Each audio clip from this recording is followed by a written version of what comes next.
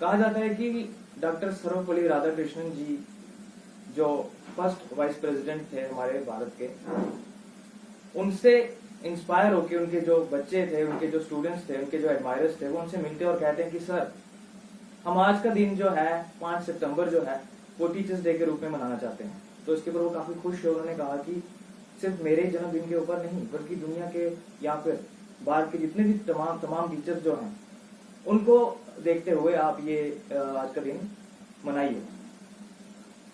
तो आज हम आपकी मुलाकात करवा रहे हैं एक ऐसे शख्स से जिनका 3 भाषाओं के साथ संबंध है। जी हाँ, बात की जाए उनके टीचिंग करियर की, काफी ज्यादा तजुर्बा है। डोगरी लिटरेचर, हिंदी लिटरेचर और उर्दू लिटरेचर में अपनी कंट्रीब्यूशन दे चुके हैं अपनी लेखनी, अपनी पोइट्री से। बेस्ट टीचर अवार्ड से सम्मानित हैं। मैं बात कर रहा हूं रोमेश गलोच जी की। काफी ज्यादा रिलीजियस बुक्स इन्होंने लिखी हैं। हिस्टोरिकल बुक्स जो है हमारे जम्मू एंड कश्मीर के ऊपर, वो किताबें इन्होंने लिखी हुई हैं।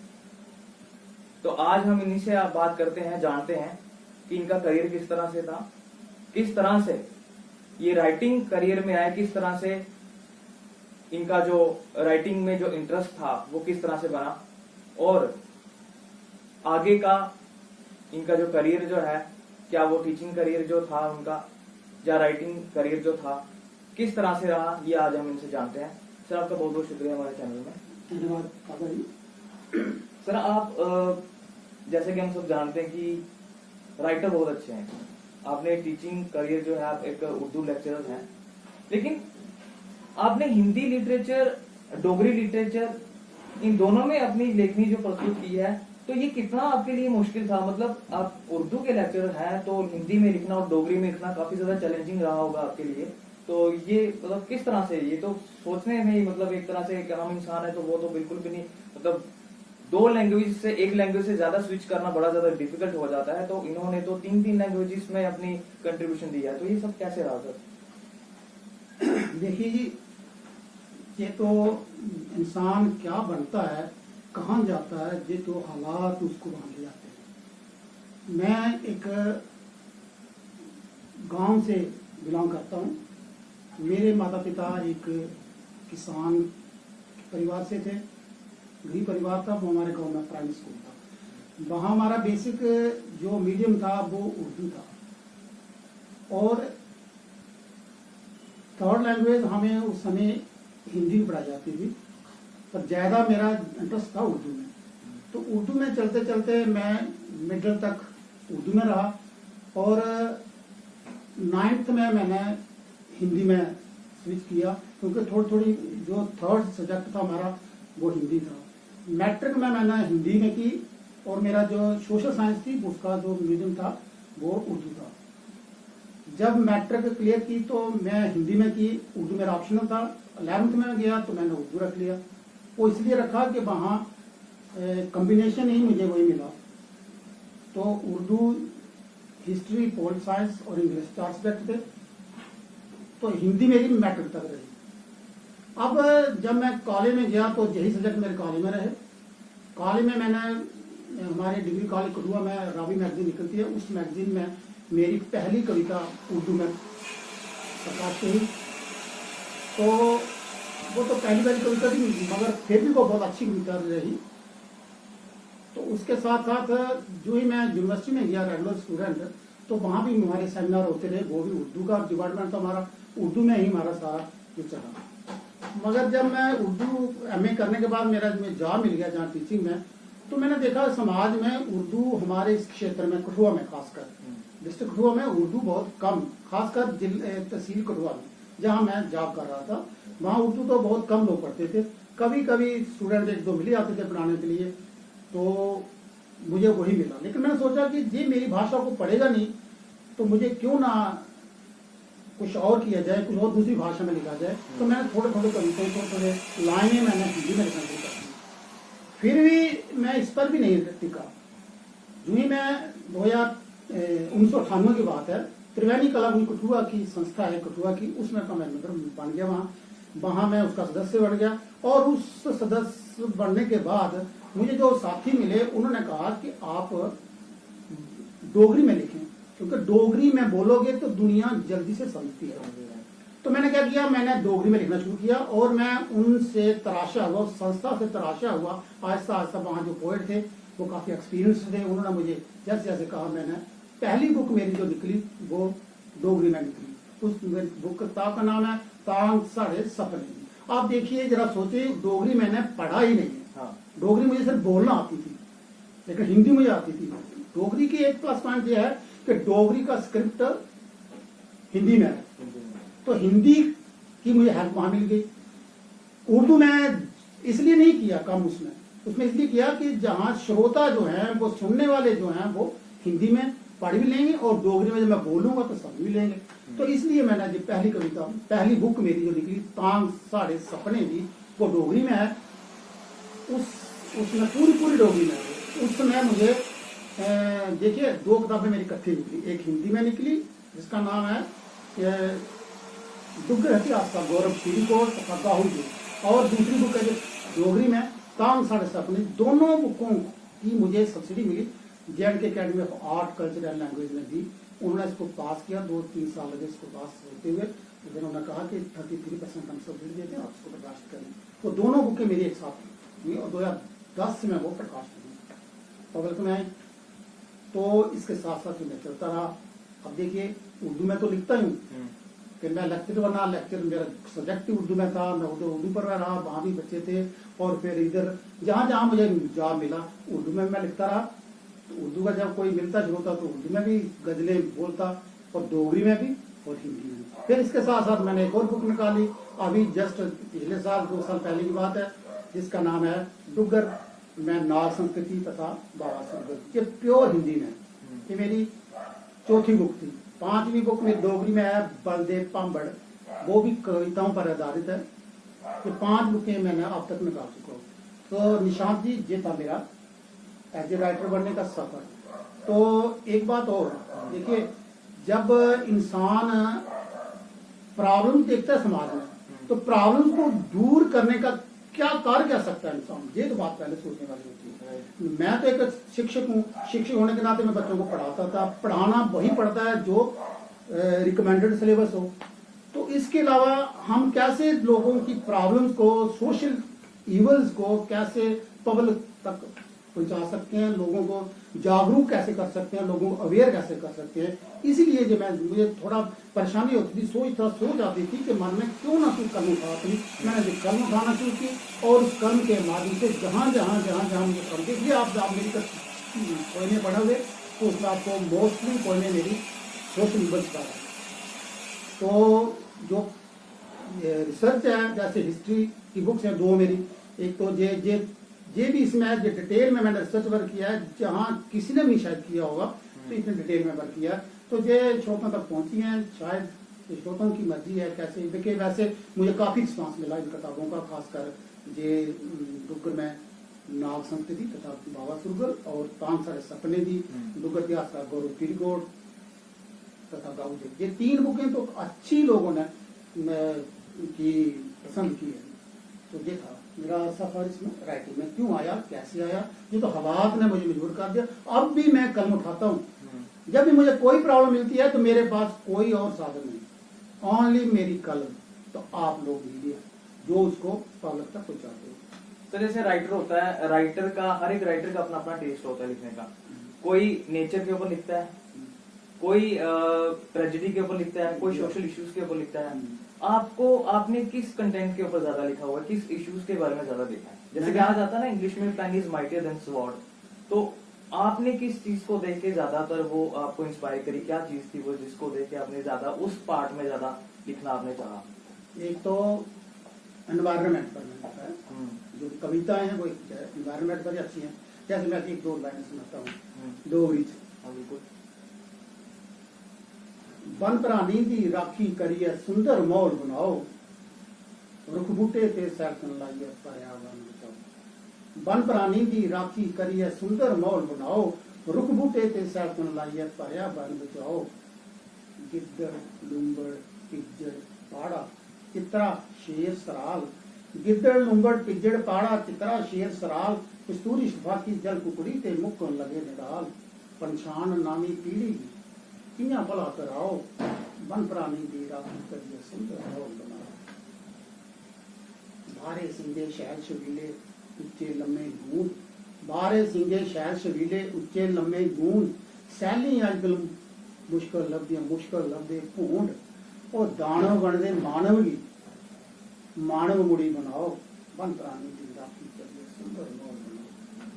ये था इस प्रकार की कविता मेरी इसमें एनवायरमेंट पर है, सोशल इवल्स पर भी है। जैसे मैं आपको एक बात बताता हूँ आपको, बड़ी मशहूर कविता है वो मेरी, शायद सभी ने सुनी है, मैं एक दो ट्रांसक्रिप्ट सुना देता हूँ। वो मैंने देखा जब मैं स्कूलों में जाता था, छोटे छोटे बच्चे खासकर प्राइवेट स्कूलों में, और इतने बैग उनके पीठ पर और छोटा सा कप। इस पर मैंने सोचा कि ये बहुत बुरी इवल है, बहुत बुरी बुराई है समाज में, ना तो गवर्नमेंट की और सोचती ना ही समाज सोचता। तो मैंने कलम उठाई और मैंने लिखना शुरू किया। मैंने कहा साढ़े देशे दे जाने का हाल चलते बेचारे पिछोपड़ चाल, साढ़े देशे दे जाने का हाल चलते बेचारे पिछोपड़ चाल, 5 किलो पार 2 फुट कद पिठी टका दी किताबे दी लत, देशे दा भविष्य टेढ़ा होइया फुलिए साह केरा होइया तू पार मुंह सूआ डकार, ये देशे दे जाने का हाल ने मारी गोद हिंदी कोमल कुंगली जान ही जिंदी, अज खेलना कूदना शीनिया इंदा निश्चिंत बचपन होंदा हा जिंदा, अज टेबल ऐसे ते कोई नहीं जा, ये देशे दे जाने का देशे दी सरकारें अपनी पेरी होश इंदी ठिकाने नहीं रेदी, चोर बाजारी दा स्यापा पेदा जाने दा कुसे ध्यान ही नहीं रेदा, कुर्सी दी पेदी मारो मार, ये देशे दे जाने का चलदे बेचारे पिछोपड़ चाल। ये गलियां सड़कें नंगे फिरदे, ये गड्डियां बसें च मंगदे फिरदे, ये भांडे मांजन ढाबे दुकानें, ओ मानवी कमीशन सब कुछ जाने, मड़ो संगीता मेरा फंडोरो हाल, ये देशे दे जाने का चलदे बेचारे पिछोपड़ चाल। 5 किलो पार 2 फुट कद पिठी टकारी किताबे लत, देशे दा भविष्य टेढ़ा होइया फुलिए साह केरा होइया ओ तू पार मुंह सूआ डडार, ये देशे दे जाने का ये देशे दे जाने का। इस प्रकार की कविता सोशल इवल्स पर है। सर ये चीज आपने जो कही बड़ी ज्यादा, मतलब आज भी ये चीज देखने को मिलती है कि स्टूडेंट्स के ऊपर, बच्चों के ऊपर काफी ज्यादा बर्डन है, इतनी ज्यादा किताबें पढ़ने को है, इतना ज्यादा बर्डन है। तो क्या आपको नहीं लगता कि जो स्कूल का जो करिकुलम है, स्पेशली जो किंडरगार्टन के स्टूडेंट्स हैं, प्राइमरी स्टूडेंट्स जो हैं, उनका किसी न किसी तरह से जो सिलेबस जो है वो थोड़ा सा एक लिमिटेड होना चाहिए, क्योंकि किताबों का इतना बोझ, पूरा दिन इतनी ज्यादा किताबें पढ़नी। अभी हाल ही में एक छोटी सी लड़की की वीडियो वायरल हुई थी, वो बोल रही थी कि मेरी ऑनलाइन क्लासेस चलते रहती हैं, आपने देखा होगा, कश्मीर से। हाँ, तो वो उसकी काफी ज्यादा पॉपुलर हुई थी वीडियो अभी। तो उसने ये रिक्वेस्ट करी थी कि मेरे को थोड़ा टाइम मिले, अपनी पढ़ाई से खुद के लिए भी टाइम मिले। तो बच्चों को आज के टाइम में खुद के लिए टाइम नहीं मिल पाता, वो पढ़ाई में ही उलझे रहते हैं। तो क्या ये कहाँ तक लेते हैं? देखिए, ये तो मैं इसी से परेशान होकर मैंने कविता लिखी। 2003 में जो कविता लिखी और 2010 में प्रकाशित हुई, और तब तक गवर्नमेंट जागी नहीं थी। हम कभी जागे थे, 2003 में जागे थे, 10 में प्रकाश करके पब्लिक तक कर दिया। और उससे पहले भी कई मंच पर मैंने इसको बोला था, 2010 से पहले भी।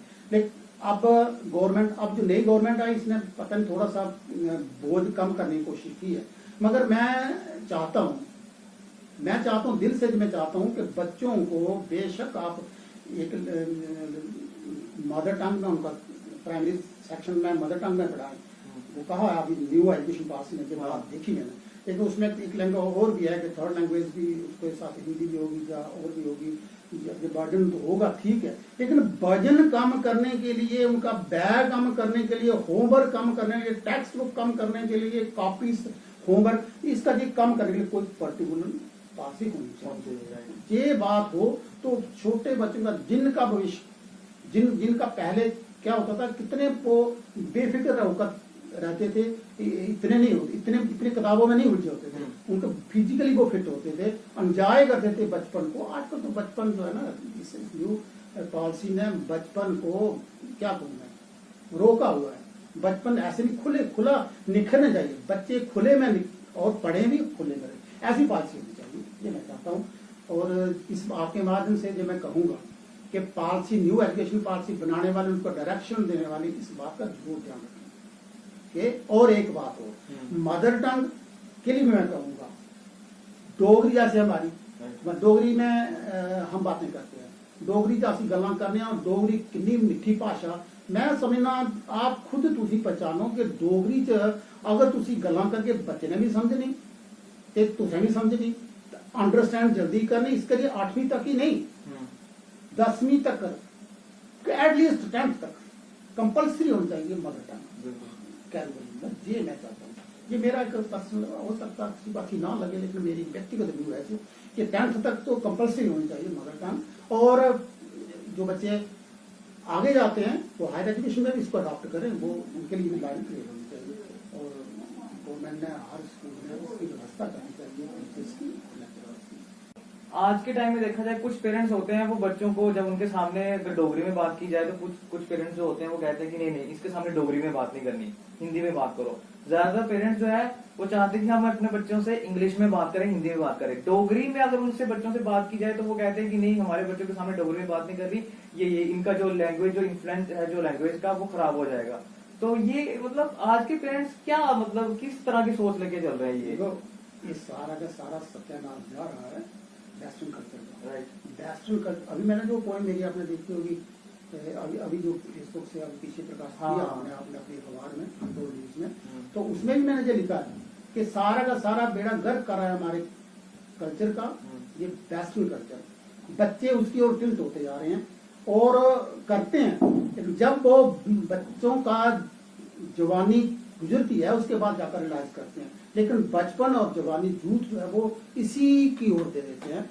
तो इसलिए हमें इससे बचना चाहिए, परहेज करना चाहिए और अपनी मदर टंग की ओर ध्यान देना चाहिए। हम ही लोग करेंगे तो बच्चे भी फॉलो करेंगे, हम अपने घर पर बोलेंगे बच्चे फॉलो करेंगे। देखिए एक छोटी सी उदाहरण देता हूँ, डोगरी की बात आप छोड़ो, पंजाब में चले यार, पंजाबी कल्चर जब से देश आजाद हुआ तब से लेकर के पंजाबी कल्चर इतना रिच हो चुका है कि लोग उनको तो ऑफिशियल पूरा गवर्नमेंट का काम ही पंजाबी में चलता है। लोग बोलते हैं, फर्स्ट क्लास बोलते हैं, इंटरनेशनल लेवल पर पंजाबी जो है रिनोन्ड है, लोग दम से बोलते हैं कि अमेरिका में आधा कनाडा पंजाबियों का है, वो पूरी पंजाबी वहां बोलते हैं, अमेरिका में बोलते हैं सब। तो इन डोगरों को भी ये बात सोचनी चाहिए, डोगरों को भी अपने घर पर पहले घर से शुरू करें। अब थोड़ा सा बहुत सारे लीडर हो, जैसे डोगरा लीडर है, के नाम क्या लेने जहाँ, लेकिन तो उन्होंने तो काफी काम किया इस पर। इससे सोसाइटी टिल्ट हुई है, थोड़े 2 साल के अंदर सोसाइटी डोगरी की ओर जा रही है। नए नए आर्टिस्ट आप जैसे लोग निकल रहे हैं, सिंगर निकल रहे हैं, तो ये अच्छा लगता है कि चलो शायद देर ही सही थोड़ा इसकी सोशल मीडिया का इसमें ज्यादा। जैसे सर मूवीज हम देखते हैं, सीरियल्स देखते हैं, तो उन सीरियल्स को मूवीज को लोग बड़े पसंद करते हैं कि हाँ मूवी बड़ी अच्छी थी, सीरियल बड़ा अच्छा था, लेकिन उसके पीछे का जो राइटर जो जिसने वो मूवी लिखी, जिसने वो स्क्रिप्ट लिखी है, उसको कोई याद नहीं करता, मतलब उसका कोई नाम नहीं आता। राइटर जिसने जो सारा कुछ लिखा है उसका कोई नाम नहीं है। यानी कि मैं ये कहना चाह रहा हूँ कि क्या आपको नहीं लगता कि राइटर को उतना एक्नॉलेज नहीं किया जाता जिसने वो सारी की सारी स्क्रिप्ट, सारी की सारी जो स्टोरी लिखी हुई है, राइटर को उस तरह से जो मान्यता नहीं दी जाती, इतनी इंपॉर्टेंस नहीं दी जाती, देखा जाए तो कि उसको बैक स्टेज पे रखा जाता है। मतलब वो ऐसा क्यों है? मतलब वो यहाँ देखिए ये जो सोशल मीडिया है ना, हाँ, ये सोशल मीडिया के आने से भी ज्यादा हुआ। पहले नहीं था, पहले अगर बुक प्रकाश करती थी तो उसका राइटर होता था, उसके पीछे लिखा होता था ये राइटर इसकी है, ये है। अब सोशल मीडिया पता नहीं कहाँ से कौन सा लाइन स्क्रैप करके वहां लगा देनी है, कहाँ से किसी का फोटो कहाँ से कहाँ लगा देना है, क्या लिखा जिसने क्या किया, कंटेंट किसी का है, पोएम वर्ड किसी के हैं, आगे आपने उसकी एक्टिंग किसी ने और कर दी। तो जहां तक के बॉडी किसी की है और चेहरा किसी का लगा दिया है, ये जहां तक सोशल मीडिया का सारा किया, जिस सारा सोशल मीडिया का बहुत हो रहा है, इससे भी थोड़ा चेक होना चाहिए गवर्नमेंट का भी। और हम लोगों का राइट तो है, कॉपीराइट तो हर एक का होता है, लेकिन कॉपीराइट तक पहुंचते पहुंचते इसके लिए फाइट करते करते सारा कुछ बिक चुका होता है, खराब हो चुका होता है, तो कहाँ का इंसान ढूंढता है जी। तो फिर भी ये समाज को ऐसे नहीं करना चाहिए। लेखक को जिसने ये सोच बनाई है उसका नाम साफ साफ चलना चाहिए। मीडिया खासकर आप जैसे मीडिया लोग, न्यू जनरेशन, इनको राइटर्स का ध्यान रखना चाहिए और राइटर का नाम साथ साथ हर क्राफ्ट में, हर क्लिप में रखना चाहिए, ताकि सोसाइटी को पता चले कि इसकी दिशा देने वाला ये आदमी है। बिल्कुल, राइटर का तो बिल्कुल जिक्र होना चाहिए। जो भी हम कुछ देख रहे हैं, सुन रहे हैं, पढ़ रहे हैं, उसके पीछे का सारा कंटेंट जो है, सारी की सारी जो कंट्रीब्यूशन है वो तो राइटर की है। राइटर ने सब कुछ लिखा है, क्यों हम राइटर को पीछे रख देते हैं, ये हमें सोचना पड़ेगा। आज टीचर्स डे है, तो टीचर्स के लिए सर क्या मैसेज दोगे आप? हमारे यहाँ के कठुआ के टीचर्स है, पूरे जम्मू एंड कश्मीर, यहाँ पूरे भारत के टीचर्स के लिए क्या एक मैसेज देना चाहेंगे सर आप? देखिए जी, छोटा सा मैसेज है, बिल्कुल। मैं सभी टीचर बरादरी को देना चाहूंगा। टीचर की ओर हर सोसाइटी की, सोसाइटी का हर एक आदमी टीचर की तरफ, टीचर की नकल करता है। टीचर को, अगर टीचर इस टीचिंग प्रोफेशन में आया हुआ है तो टीचर को टीचर ही बन जाना चाहिए। एक अच्छे संस्कार होने चाहिए, अच्छे कैरेक्टर होना चाहिए, अच्छी हर लबो लिहाज सोसाइटी को देना जो है ना, जो टीचर नहीं देना है। जैसा टीचर करेगा वैसे स्टूडेंट्स फॉलो करेंगे। आप देखिए, अब जब क्लास में टीचर जाता है तो पूरी की पूरी क्लास, पूरा का पूरा स्कूल भी देखता है, उसके ड्रेस को देखता है, उसके बिहेव को देखता है, उसकी एक्टिविटी को देखता है, उसके नजरों को देखता है। तो ये सारी की सारी टीचर पर डिपेंड करती है। मैं चाहूंगा इसके साथ साथ और भी कुछ बातें हैं जो टीचर ने ध्यान देनी है। नेशन का निर्माण टीचर करते हैं, ये तो सभी कहते हैं teacher is the builder of nation, but teacher के लिए टीचर ने किस किस कैसे नेशन को बिल्ड करना है। सिर्फ बच्चों को पढ़ाकर ही नहीं, बच्चों को पढ़ाएगा, नेशन बिल्ड तो अलग बात है, फिर उनको क्वालिटीज देकर भी अलग बात है। इसके अलावा टीचर की कुछ रिस्पॉन्सिबिलिटीज है। वैसे तो हर शहरी की जरूरत रिस्पॉन्सिबिलिटी होती है। सबसे पहले जो टीचर बनता है उसे, वो बनता तभी जब वो फुली अपनी क्वालिफिकेशन से रास्ता होता है। अगर कोई टीचर पूरी क्वालिफिकेशन रास्ता नहीं है तो उसको वो क्वालिफिकेशन पूरी की पूरी टीचिंग एक टीचर के लिए जो वो ग्रहण करनी चाहिए। एक बार अपने आप को फुली क्वालिफाइड करना चाहिए। नंबर 2, उसको अपने परिवार को, उसका परिवार, ये नहीं मैं कहता कि उसका परिवार सिर्फ उसके बच्चे और उसकी वाइफ है, उसके भाई भी, बहनें भी, ये इसका परिवार पूरा, रिलेटिव, इस सभी की ओर ध्यान देना और उनको भी यही इसी रास्ते पर वेल क्वालिफिकेशन की ओर ले जाना है, अच्छे संस्कार